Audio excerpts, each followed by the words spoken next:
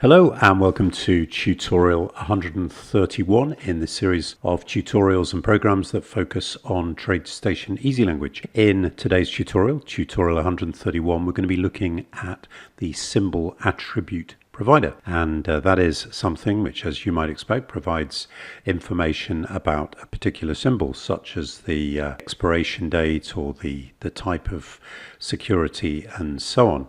So let's go ahead. I've got the program here incidentally applied to radar screen, and I've just chosen 3 attributes somewhat at random just to demonstrate this, but let me just show you how easy it is to create the program. This is the program that I'm using there, but what I'm going to do, just so that you can see how you would go about doing this, is just delete the symbol attribute that I've got at the moment just by clicking it and then pressing delete and recreate it. Now the first thing we need to do is go to the toolbox and find SymbolAttributesProvider.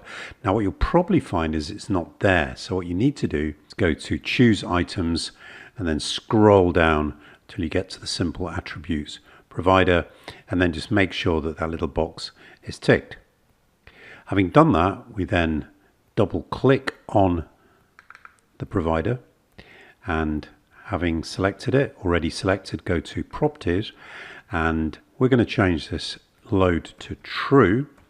We also need to just modify the name just so that it matches with the program that I've already written, like so. And then we need to tell it which symbol to look at, and what we're going to do is just say use the symbol to which it's currently applied. You could also put in a specific name of a symbol if you wanted to do that. So I'm going to verify that. Now you'll probably be wondering what attributes are available. So if you go to the dictionary and do a search on symbol attribute and then press return, you'll see over on the right hand side in this little pane all the different attributes that you can get access to. The other thing that you'll need to be able to do is if you just type in the name like so, and then if you press a dot, and then you'll be able to select what you want. Now, in some cases, you can just use them as they come. For example, with the dot exchange. With others, though, you'll need to use dot to string. If we were to try and verify this without that dot to string, it's going to give us an error. So let's just do that just to demonstrate. I'm going to cross out the dot to string. And you'll see we've got some errors, and if we just close that, if we go down to the bottom of the screen, you'll say attempting to plot an object reference, please use the dot operator, etc. So we put the dot operator in like so. We'll see the options we've got, and the one that we want to use is toString, and of course we then need to add the brackets like so, and then it will be good. For expiration date, the expiration date is in datetime format, so we need to format that.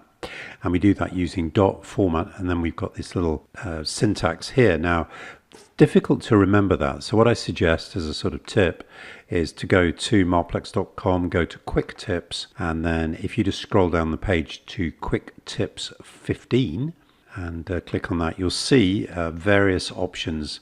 In this case, talking about bar date time, but that is in datetime format.